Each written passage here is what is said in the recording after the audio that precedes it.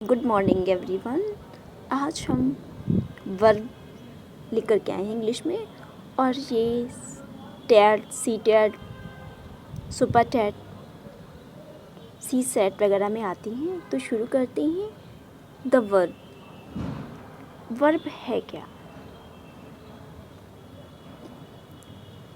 A word which is use to describe an action, state or occurrence is known as verb.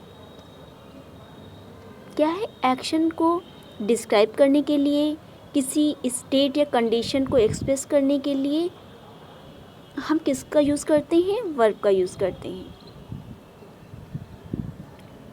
Hindi में देखते हैं, उस शब्द को कहते हैं जो किसी व्यक्ति, पर्सन, प्लेस, थिंग्स के संबंध में कुछ बताते हुए कार्य के करने या होने को प्रकट करता है।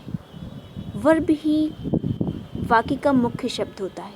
मेन वर्ड कौन होता है? वर्ब होता है। और इसे हम सोल कह सकते हैं सेंटेंस की। सोल ऑफ सेंटेंस क्या है? वर्ब को कह सकते हैं। कोई भी वाक्य, कोई भी सेंटेंस वर्ब के बिना कंप्लीट नहीं होता। यदि वाक्य में एक ही शब्द है तो वो क्या होगा? वर्ब होगा। जैसे डू। डू मीन्स करना, किसी कार्य को करना, अपने आप में क्या है? कंप्लीट है। Read, stop. तो यदि वाक्य में एक ही शब्द है तो वो क्या होगा? वर्ब है। आई होप आपको समझ में आ रहा है। अब देखते हैं, जैसे इसमें सेंटेंसेस दे गए हैं, एग्जाम्पल्स दे गए हैं। देखते हैं। Stop. Anita is a student, he was reading in the room. Next, Mohit wrote a letter, a snake has been killed by him. Next, birds fly.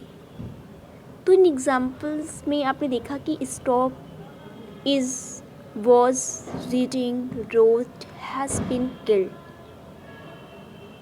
And fly शब्द कर्ता, नाउन या प्रोनाउन द्वारा किसी किए गए कार्य, अधिकार, अनुभव, घटना या दशा आदि का बोध कराते हैं। इनसे हमें क्या फील हो रहा है?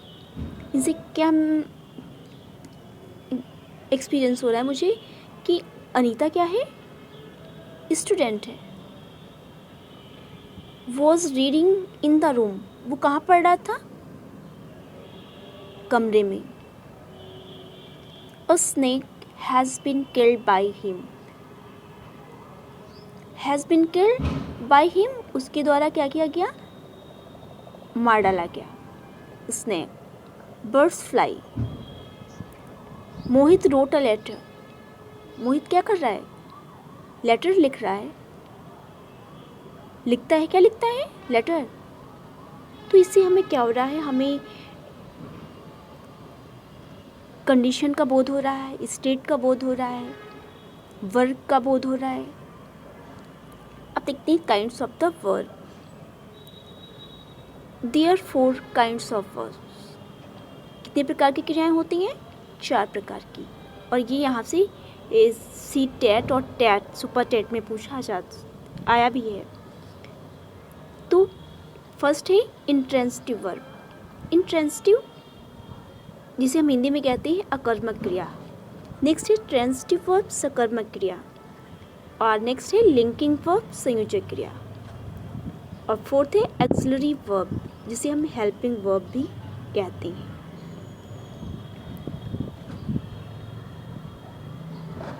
अब देखते हैं इंट्रांसिटिव वर्ब। अब इंट्रांसिटिव वर्ब क्या है? कि ये क्रियाएं होती हैं जिन्हें अपना भाव प्रकट करने के लिए ऑब्जेक्ट की आवश्यकता नहीं होती है। किसकी आवश्यकता नहीं होती? ऑब्जेक्ट की। अकर्मक इंट्रांसिटिव वर्ब कहलाती हैं। A verb which does not require an object to complete its sense but makes good sense by itself is called an intransitive verb.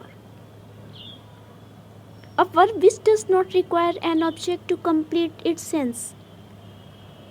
एक ऐसा वर्ब जिससे अपने सेंस को कंप्लीट करने के लिए ऑब्जेक्ट की कोई रिक्वायरमेंट, आवश्यकता नहीं होती है, but makes good sense. By itself, स्वयं से क्या है, अपना एक अच्छा सा गुड सेंस बनाता है। It's called an intransitive verb. Example देखते हैं। द बेबी स्लीप्स, बच्चा सोता है। द गर्ल डांस्ड, लड़की नाची। सुजाता हैज़ कम, सुजाता आ चुकी है। राहुल लाफ्स, राहुल हंसता है। द बस स्टॉप्ड, बस रुकी। नीता इज गोइंग, नीता जा रही है। यदि इन एग्जाम्पल्स में देखें तो स्लीप्स, dance, come, laughs, stopped, is going, क्रियाएं स्वयं अपना क्या कर रही हैं, अपना भाव पूर्ण कर रही हैं। बेबी स्लीप्स, सोता है। गर्ल्स डांस, नाच। वर्ब्स के साथ किसी ऑब्जेक्ट की आवश्यकता नहीं है, अतः इन वर्ब्स को इंट्रांसिटिव वर्ब कहते हैं। जैसे वॉट, वूम, लगाने से कुछ, यदि कुछ नहीं मिलता है तो समझ लीजिए ये क्या है, इंट्रांसिटिव वर्ब है। यदि किसी में ऑब्जेक्ट नहीं तो आप पहचान जाएंगे कि ये कौन सा वर्ब है, इंट्रांसिटिव वर्ब है, जिसे हम अकर्मक क्रिया कहते हैं। यदि आपको अच्छा लगता है तो please share it, like it and subscribe my channel. Thanks for watching.